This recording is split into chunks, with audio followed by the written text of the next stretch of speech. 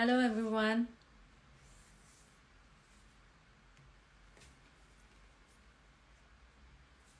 Hi. Hi, everyone. Happy Friday. Lovely to see you all here. So, Dr. Amin from Toronto. It's another beautiful day, and we have another great talk. Today, for a change, we're talking about fertility. So, it's again women's health. We're talking about hormones, hormone imbalances, and fertility. So if you have any question, do not hesitate to drop it here down in the comment or the question bubble. We're going to talk to Dr. Trisha about fertility. So I'm going to invite her in a second so she can first introduce herself to all of us. All right.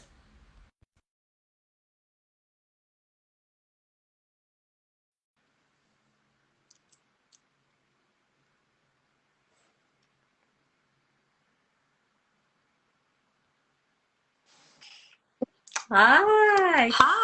Hi, how are you? I'm good. How are you? Good to I see am you. great. Yes, I'm excited to be here with you. Great. So let's introduce ourselves. Go ahead. Let's talk.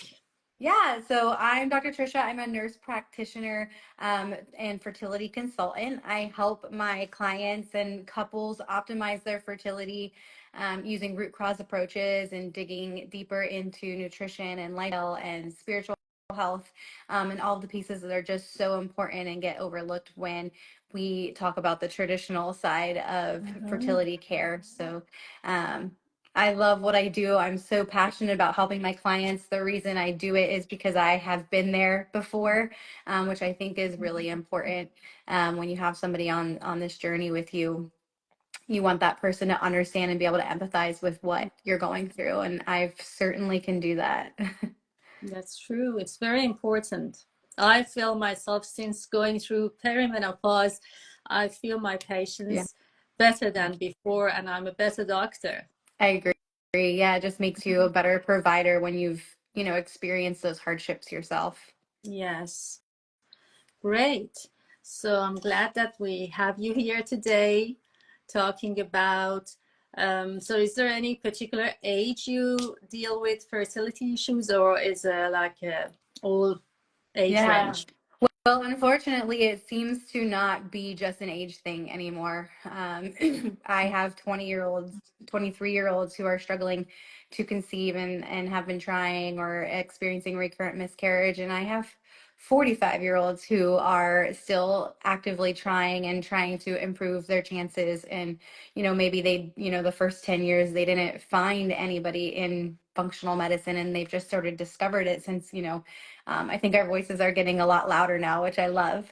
Um, but, it wasn't as common before. So a lot of people kind of feel, they're just now getting into that more holistic approach and finding how successful it is. Yes. It's Yeah. great. I see lot of patients who nowadays, later in life, they start having family, and maybe that's one of the challenges. They're busy with their lives, with their professions. So after 35, even their early 40s, and they start having family, and that's the time they realize there are some issues and problems, and they approach me. I don't know. So what about yourself? Yeah, same. I think that it's totally fine as women. Um, to have a career and not want to have start your family immediately after getting married. And I think that that is totally fine. But I think in our culture, we've made women feel like there's this fertility cliff that they fall off at age 35, and then they're considered geriatric, and it's probably not going to work for them. And one of my good friends, Jasmine, was just she was like, "I'm so excited about this live." I asked her if she had any questions, and she was like, they scare you with all these like birth defects and miscarriage rates after you're past a certain age, and how can I prevent that? And there's so many women I think out there who have focused on their careers, and then when they're ready to settle down for a family, There's a lot of different factors that go into that, of course, but they feel like then they're like, oh no, can this actually happen for me? Yeah. So let us know what's your approach, how you normally, when patient or woman comes to see you or a couple, normally do you do any tests, or what's the approach? Absolutely. I mean, well, to start off with, I don't think there's anything more important than the foundations Mhm. of fertility, which are the foundations for overall health, right? Focusing on clean nutrition, limiting processed foods, driving down inflammation in that way, focusing on lowering stress, or maybe, some of us have very stressful jobs and it's not really going anywhere anytime soon, but managing and how you manage it and the tools in your toolbox to be able to manage those stressful situations, and teach that is really important because we haven't learned a lot of those tools many times. Really diving into sleep and your rhythms and routines around that. So there's so many pieces of the puzzle that are so important, but I also do GI map testing. So I look at the gut health because so many times I have women who are just struggling with these underlying vague symptoms. They're coming to me because they're struggling with fertility. They're not able to get pregnant. But when we do like a medical symptom questionnaire, we find out that they have all these little underlying things that aren't normal that have probably just been blown off in traditional medicine. And a lot of it stems back to inflammation in the gut. And so I love that test. We also do a lot of Dutch hormone testing as well as some more serum panels, more extensive than what traditional medicine is doing. They're usually doing like AMH, maybe checking day 3 hormones, but we're diving deeper into iron regulation Mhm. and, the full thyroid, looking at insulin resistance because that can be a huge piece of the puzzle, inflammatory markers. So just really diving deeper to find out what is the root cause to why you're struggling, because you just don't have, in most cases, unexplained infertility. It's just unexplored infertility, really. And, as we age, we get more fear brought into that when we go to the traditional medicine, OB, and we are older and we're going to try to conceive again. And we get that fear Mhm. of, well, you're older, your eggs are older, you don't probably have hardly any, again, like we fall off this fertility cliff. But if we're taking care of ourselves, um, and we're doing all of the right pieces and getting our ducks in a row, the odds are really, really great. Even if you have a low AMH, I have a low AMH, and I've been able to successfully get pregnant many times. So I think that we use some of these tactics to scare people into IVF and for their Mhm. fertility treatments, when there is another way. Yeah. There's always other ways, especially with fertility Mhm. and having healthy pregnancy. So you mentioned about GI mapping and that cycle mapping. So you want to just let everyone know a little bit about just the physiology, basic physiology about the cycle. What happens and what should they expect during the cycle, a normal cycle with the hormones? Yeah, so I just did a whole master class on this, was it Did you? 2 days ago?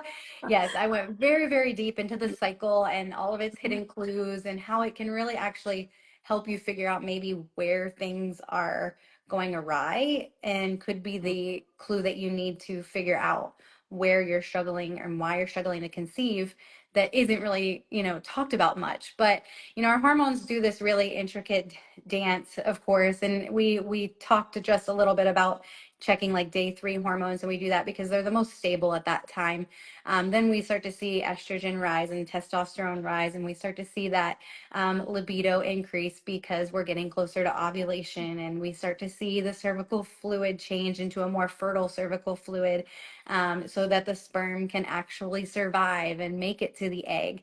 And then we see that peak of estrogen, we see that peak of the LH surge, which is meant to release the egg. And hopefully it does. does. You're like, magic. And hopefully it does, but doesn't, a lot of women use LH strips and they're like, well, I'm getting a positive, and that doesn't always mean you actually ovulated. So it's important to know that when you're trying to track all of these things. But what we see then is the LH surge and the egg releases. Then progesterone becomes the star of the show. The corpus luteum, where the egg release becomes the corpus luteum, secretes that progesterone, and that is what prepares the uterine lining for you to be able to have that hopefully fertilized egg implant and maintain pregnancy. And I kind of flew through that and make it sound kind of simple, but there's so many different pieces to that puzzle happening. And if our body is not able to function properly because we are feeding it inflammatory foods, we are running it ragged because we're so stressed, that process that I just explained is not our body's priority. Mhm. Because there's so many other things outside of reproduction that are priority. And so, it kind of goes back to, if you ever heard like fight or flight stage, I'm sure you've heard that, but feed and breed is the opposite of that. And that's what I talk a lot about, is getting our bodies out of that fight or flight and getting us into that feed and breed stage, because those two things, digestion and, reproduction, are not prioritized when our body's stuck in that stressful state. Yeah.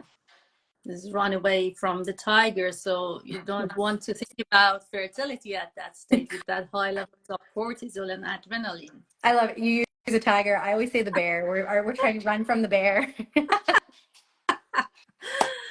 So that's great. So that's why I always say to my, especially even younger women in their 20s, how important it is to talk to your doctor. So to have check your hormones when you're in your 20s, have that base reading on your hormones, to later on, if there is such thing happen, fertility issues or other hormonal imbalances, so you can always refer to that base rate that you had. Although we know there's so much fluctuation even in a day with our hormones, but it's good to have that base and that talk with your doctor in your 20s, and have some basic blood tests, serum tests at that stage, and then later on you can always refer to those numbers. I absolutely agree. I think it is so important to advocate for those baseline numbers, and as simple as asking for the estradiol, the FSH, and the LH, the free and total testosterone, the prolactin levels. Just advocating for those levels. I'm saying them out because you don't know what you don't know, right? So if you don't know what you need to ask for, you can't advocate for that. And you have to be your own advocate out there in that traditional medical world. You cannot just expect that they're going to do this for you, because unfortunately, with insurance and just the kind of a lot of the red tape, they won't always do it. That's why I love there's so many companies out there where you can actually do your own labs, and you can kind of take that in your own hands. You can work with someone like us who, are more than willing to do that type of testing for you as a baseline, because it is important to see like where you're starting, especially versus, when you're actually ready to conceive. Mhm. And I think it's also important, and that we stop taking such a reactive approach. Like, okay, well, like I'm ready to try to conceive this month. So what can I do? Well, that work should have started like 3 to 6 months ago. Yes. So understanding the importance of prepping the body now for what you plan to do. If you are in your early 30s and you are nowhere near ready for kids, maybe you haven't met your partner, or you're just focusing on your career for now, it doesn't matter. You can still prep your body now and prepare, because it's going to make you more successful down the road and Great. be healthier. Yeah. So first thing first is to know your body. That's very important, to know your body, all those changes, subtle changes every month. That's the best thing. And then we're here. So all these awareness and all these videos are great on social media, I think. So you'll be able to be an advocate for yourselves and talk to your providers, health providers, about any issues or any concerns you have, raise them up. So you mentioned about sleep. That again, it's very important, circadian rhythm. So how you deal with that, and there are so many women now, and how does that impact fertility, sleep? Yeah. Well, almost everything we've talked about so far, especially sleep, not getting enough sleep and things like that, is going to affect egg quality. Mm-hmm. And as we get older, we know that the quantity of eggs does go down every single month. It goes down, but that becomes, it doesn't mean that you can't get pregnant. It just means quality becomes even more important at that point.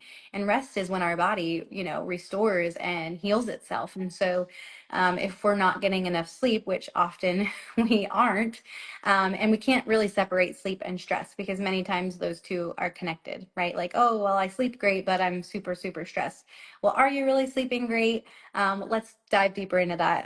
I love recommending the Aura Ring for my clients because I just get so much helpful data for people who are like, yeah, well, I thought I slept great, but I did still wake up tired, and here they're not sleeping great. They just Yeah. thought they were. Or they just don't know because they've always been their baseline.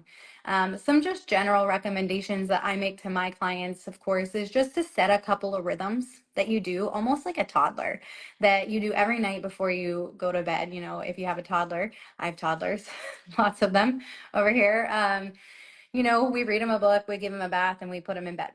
Doesn't have to be complicated, but it's a rhythm that tells their brain, oh yeah, it's bedtime. And I tell my clients to do the same thing. Maybe when you're washing your face, listen to some binaural beats to help calm you, and then read a book for 10 to 15 minutes, and then go to bed. But every single night, setting that routine, limiting blue light before bed. Definitely not scrolling your phone, watching TV. And of course, it's all balanced. So, like, I always tell everybody, like, for my family personally, we watch TV on the weekend one night, and the rest of the nights we don't. So, it's not like you can never do these things. I really truly believe in balance, perfect or progress over perfection for sure, because trying to be perfect leads to failure. Mm-hmm. So, those are some of the biggest, but also, what I think gets overlooked too is how we start our day. So, getting out, getting our in that sunlight as soon as we can to help set our circadian rhythm, setting a morning rhythm or routine that we also have that little bit of quiet time to ourselves before like the chaos ensues of the day. If you're just like your alarm's going off and 15 minutes later you're running out the door with your cup of coffee, like that's not how you want to start your day, and it's not going to help set the tone for the rest of the day. And it's also will affect your sleep because it's just those rhythms are off. So those are just some of like the easy quick win tips that I talk about with my clients. Which is very important. It's so Mhm. important. I myself, every morning now is my routine. Go out and do my breath work, which is great early morning, and that helps with that cortisol awakening response, and that's the whole circadian rhythm starts from there, as you mentioned, in the morning. So very important. And don't forget, this is not only for women, this is for the couple we're talking. So it's the same. Stress, dealing with that stress and sleep is important, I think, for the male is as well as Yeah. female. So it's a Yeah. couple And they talking don't about. they don't love to hear that when I tell them that. They come and the majority of my testing, if you're in like my signature program, is on the woman. I add on testing for the men if they're interested to see how like invested they are, especially if they're struggling with some underlying issues too. But like the first thing I always ask all of my new clients, and that I kind of like require, is, has he had a semen analysis? Because that cannot be overlooked. I know of course, it's like men's fertility lasts longer than women's, blah blah blah. But I mean, I think the statistics are predicting that the sperm count may actually be zero by like 1950, and that's what, like 30 years like from now. That's not very long. And I see it because all of my couples, come to me. There's underlying issues right away. I can tell just by getting their intake forms. But when I see the men's semen analysis, they've been told that it's completely normal, and it's not. Mm-hmm. Their morphology is like two. Counts are not super great. Motility is not very good. And so it takes two to tango, is what I always say. So, just because your man is like, yeah, I'm probably fine, or I've had a lot of women whose men, their husbands have had kids prior. And so they're like, I already know I'm good. But I'm like, things change. Things Yeah. change. And so, Yeah. and what better way to be able to implement these changes than as a couple, as a bonding experience? Because infertility can be so isolating and Mm-hmm. it can tear couples apart. But what an opportunity to work at something and better yourselves together. It's a great opportunity, bonding experience as well. Yeah, and help to raise that oxytocin hormone, which is Yes. again very important hormone in fertility. So we Mhm. want to optimize these hormones naturally first, of course. So sleep is an important factor. What about nutrition? So what is normally your recommendation to women and or couples about nutrition? Yeah. Mhm. That's awesome. Yeah, nutrition is a big piece of what we talk about. Some people come to me who have already had a lot of their ducks in a row. They've been eating, they know the right things to eat. They've been doing that for a while. And sometimes we just have to really be really strategic about it, depending on what's going on in their gut. And a lot of my clients come to me, either they have, or admittedly have no idea what to eat because no one's told them, Mhm. or they kind of know they know a little bit, but they've kind of just been told, oh, lose weight and you'll be able to get pregnant, or, just do this or follow this diet. But it's not that simple. So we really dive into the nutritional foundations of just like, what is a whole food? How do you read a food label? A whole food is a food that is a chicken is a chicken, and an apple is an apple, and a sweet potato is a sweet potato. It doesn't need an ingredient label. And that sometimes they just don't understand when you say that term like whole foods. That's common sense to us, but it's not to everybody. And so it's really important to just break it down first so that they understand, and then dive into what their current patterns are and how we can make swaps versus I try to focus with my clients. It's not restriction, it's replenishing. We're making swaps to replenish your body with the nutrients that it needs to be able to procreate versus you can't eat that, you can't eat that, you can't eat that. If you eat a diet forward with protein and veggies and fruits, and you focus the majority of your attention there, you are naturally not going to eat as much of the other stuff Mhm. that you maybe have been, maybe those processed foods and things like that. So, we talk a lot about 80/20. There are many times where it is necessary to cut gluten for some time.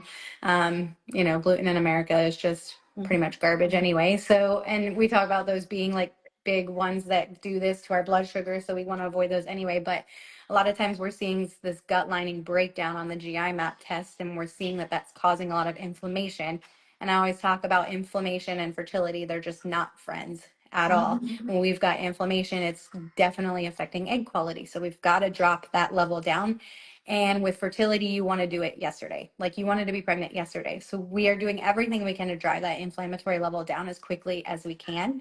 That being eliminating gluten while we're healing the gut lining, strategic supplementation to target inflammation and egg quality, and all those things. So we really kind of bring it whole picture. But I always stress to them that like you can't out supplement a bad diet. Like I know that we're doing some supplements strategically. These are not forever. We're really getting into exactly what's going on with you, but like none of this matters if we can't nail down those fertility foundations. So like what works best for you? Some people love to meal plan and make different meals every single night. And some people like me need to cook in bulk and be boring and eat the same thing all week long, but it's because easy because it's healthy for me and I don't care if I'm eating the same thing all week long. Everybody's a little bit Yeah. different, so I try to really dive into what's going to work for them so that they can have that maximal success.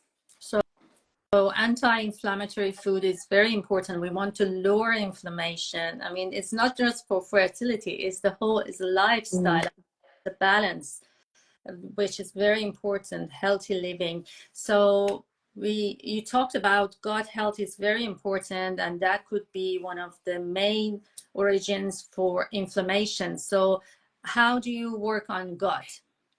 Yeah, so it really depends on what our findings are. So the GI map test is essentially a snapshot of the microbiome. And we can see what exactly is kind of going on there. What your good bacteria or your commensal bacteria look like. And those are really protective and help you synthesize vitamins and help control your metabolic health and your blood sugar stability. So we can see what those look like. And then we have also what's called our opportunistic bacteria, which aren't necessarily bad, but when they take up too much real estate in the gut, they become problematic and can cause gut lining breakdown. And then those things are going extra intestinally, causing that inflammation, which looks on the outside a lot like brain fog, anxiety, skin issues, bloating, constipation, heavy periods, you name it, like all those vague symptoms that usually kind of just get like, oh, well, it's IBS, or, oh, you just have eczema, or, those types of things. And so what we see, is that those are causing the inflammation. So it can be, I mean, I will kind of just say commonly, I see a lot of H. pylori, a lot of H. pylori. I see a lot of strep and staph overgrowth. Alongside that, I see Citrobacter a lot, Pseudomonas, Candida as well. Those are probably the ones I see the most commonly. And at that point, then we're very strategically using herbal antimicrobials to Mm-hmm. bring those back into balance. And then we're boosting those good bacteria, right? So a lot of times when that balance gets off, that's what allows those things to overgrow. Um, and then that's when we start to see problems. So as we bring down those opportunistic levels to back to normal, and then we boost those good bacteria, those commensals, we see everything sort of like balance out and the inflammation start to decrease. And usually people feel, even, on a fertility journey, that's their focus. They're like, oh my gosh, like I feel way less bloated. Like I didn't know I was like struggling with this. And they're just like so pleasantly surprised because they feel so much better. What's the topic? Inflammation. It is inflammation. Yes, the topic is about fertility, Always inflammation. optimizing fertility, which is lowering inflammation. So I'm sure that you see a lot of women with diagnosis of polycystic ovarian syndrome. And one of the major problems is insulin resistance. So what is normally your strategy to deal with insulin Yeah. resistance? I Apart mean, I from really, diet and trying with the gut health, any yeah. other is. Yeah, those are the big like top two, right? I'm following the recommendations. We usually talk about like a Mediterranean style diet since that's been the most studied, and easiest place to start, I think, honestly. And then we talk about the importance of strength training and even some HIIT training for some women that is really good with PCOS. We talk about strategic supplementation. Myo-inositol is one of my favorite supplements to use for those clients. Some berberine even. Have a lot of women who come to me on metformin, and actually, in the studies, some of the studies, berberine has been shown to be more effective than metformin without the horrible gastrointestinal side Mhm, effects. mhm. Many times in those PCOS women, I see Akkermansia completely non-existent. That's a gut bacteria, that one of those good ones, those commensal ones that I was talking about. And so we use we use strategic supplementation to kind of help boost that. And then we support it with prebiotic foods like strawberry and polyphenols and strawberries and blueberries, cranberries, pomegranates, and all of those. Um, we talk a lot about stress management, and a lot of times we see so many shifts happen really quickly for these women because they just haven't taken that holistic approach before. I just had the opportunity to record a testimonial with one of my local clients here, and she had her baby with her, which was so amazing. But they tried for 5 years, Yeah. and she was told, finally, she knew something was wrong. Finally, someone said, yeah, you have PCOS, you're going to need fertility treatments. But she knew she had a lot of gut issues as well, some other underlying stuff going on as well. So she came to work with me, and we didn't even get through the whole gut healing protocol because just the shifts she had made in nutrition and strategic supplementation, she ovulated and she got pregnant. Wow. She couldn't believe it. She sent me a picture. It's like, is there something that would cause this false positive? I'm like, no, no, girl, there is not. So, sometimes it's just like those shit. It doesn't always take a long time. Research shows 3 to 6 months of being really consistent with these changes can make a huge difference. Yeah. Yeah. Being patient and working with your practitioner. And again, very important is that stress. I've seen in my patients who, I had a patient who was on birth control pills for many years, and then after stopping for a year and a half, she didn't have her cycles back. And I mean, I diagnosed her with polycystic, but we worked about 6 months, and myoinositol is one of the great, and she started her cycles. She resumed her cycles back, so it was great. So we talked about lifestyle optimization, hormones. What about, so you mentioned a few supplements that you normally recommend to your patients. What are the ones? Yeah, so I always recommend getting on a high quality prenatal vitamin. One of my favorites, what I personally use, is Thorne, good, fantastic third party tested brand. I also recommend them to be on a prenatal DHA as well.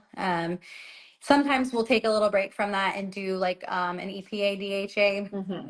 to help drive down inflammation further. And that's based off of, if you've got a lot of inflammation going on. But generally, of high quality prenatal, a prenatal DHA, usually recommend D3K2 because almost always I see those numbers coming back very low. And we know the research shows that low vitamin D can affect fertility. Mm-hmm. NAC is one of my favorites, Mm-hmm. and acetylcysteine. It is so good at lowering inflammation. It can help with insulin resistance. It's fantastic for egg quality. It helps support the liver before we go through any sort of eradication if there is stuff going on in the gut. So I love NAC for my clients. And then I usually also recommend like magnesium glycinate in the evening to help just lower stress, boost magnesium levels, just kind of pair that with the vitamin D. So those are my main like tried and true recommendations. Of course, it varies depending on what we start to find, but Yeah. those are like my basics. I personally take some extra choline as well. Choline is important for ovulation and baby brain and spine development. So a lot of times there's just not enough choline in a lot of those regular prenatal supplements. So it doesn't hurt to take a little extra choline as well. Mhm. Yeah, especially nowadays with polycystic or PCOS patients, a lot of them have fatty liver disease. So that NAC is a great one for supporting liver. So that Mm-hmm. definitely is a great supplement. So supplements, lifestyle, any other recommendations to our couples or to our women for fertility, optimizing their fertility? Yeah, I mean, I think all those pieces are so important, and while I think mindset is important for any healing journey, I think it's especially important for the fertility journey because trying to conceive is a quite a like roller coaster. You're almost having these mini traumas happen to you every single month when you have a negative pregnancy test or you get your cycle, and your hope is it's up and down and up and down. And so I think spiritual health and positive mindset, tactics and tricks, because you start to tell yourself these lies that it's never going to happen for you and that it's not meant to be maybe for you, and we have to overcome that because the mindset as well is so powerful to our failure or our success. And so if we can start, getting out of those negative cycles and fixate on the small wins that we're making and the steps we're taking in the right direction, trusting and leaning into that our bodies were made to do this, is really important as well. And that looks different for everybody on how they do that and get those rhythms set in their life. But we also talk a lot about that. And clearing our environment from toxins Oh and hormone, yes. that is very important too. Yes, we can't forget that. Like, change your deodorants, Yeah, change your laundry detergents, find yeah, something lower. You can't ever hide from yeah. toxins. They're there. You're not gonna eliminate them. I Alcohol, think people cigarettes. panic. Yeah, but like you can make some big old changes, and if you have not done that, don't underestimate it. Mm. Yeah. I don't know how I And forgot someone is that. asking here about intermittent fasting. So we hear about intermittent fasting nowadays a lot in different aspects of life. So have you tried, or do you recommend your patients about intermittent fasting? I have talked to some about it. Some people are hardcore against intermittent fasting when trying to conceive. For me, like I don't get on that boat. I think there's definite known benefits to intermittent fasting. I've done it myself. We need to give ourselves that rest and that reset, and there's so much healing that can happen in that time. I don't usually recommend long-term fasting, like 3-day fast when my ladies are trying to conceive. However, they might. I'm not saying that wouldn't be beneficial. Some of these people just need simple. And so I think as you get into that, it becomes a little bit more complicated for them. Intermittent fasting, there's so much to learn and to dive into. It doesn't have to be complicated, of course, but I usually recommend, do like a 16/8. Mm-hmm. A 16/8, I think, is great for just getting that reset, hitting that reset button. So I'm not opposed to intermittent fasting for fertility clients, especially like those PCOS clients. I think there's some studies out there that show the benefits of it as well. So yeah, I think it just all depends on the person, and what is exactly going on with you. Yeah, I agree. I mean, especially with women who suffer insulin resistance and polycystic, I do recommend overnight Mhm. fasting. As you mentioned, not long hours of fasting, but they can have that uh, snack. Don't just not to have the snacks and have their meal spaced. So that again is another way of balancing that sugar in your bloodstream and not having that yo-yo up and down spike in sugars. That's very, Absolutely. very important. So it was lovely talking to you, Dr. Trisha. And uh, where can people find you? If you just mentioned about your how's your services, how can people come and have you as their health provider? Yeah. Well, I'm best and easiest found right here on Instagram. Drop into my DMs. I love chatting with all of you and helping you in any way that I can. So that's the best place to find me. You can also find me on trishazrung.com. So And you have courses online or group courses and I online. offer everything from self-paced program where you can just dive into the information and start implementing tomorrow, and kind of lead your own journey. It is so jam-packed with information, Mhm. all the things you need to know to nail those fertility foundations. And it even includes finding, what the optimal lab values are versus the normal lab values, so you feel like you can really empower your own journey. But I also work with clients in hybrid, group, and one-on-one. That's great. It was lovely having you here today. Awesome. Thank you so much. This is great. It was lovely. And thanks everyone for being here. Have a lovely weekend. Take Take care. care. Bye. Bye.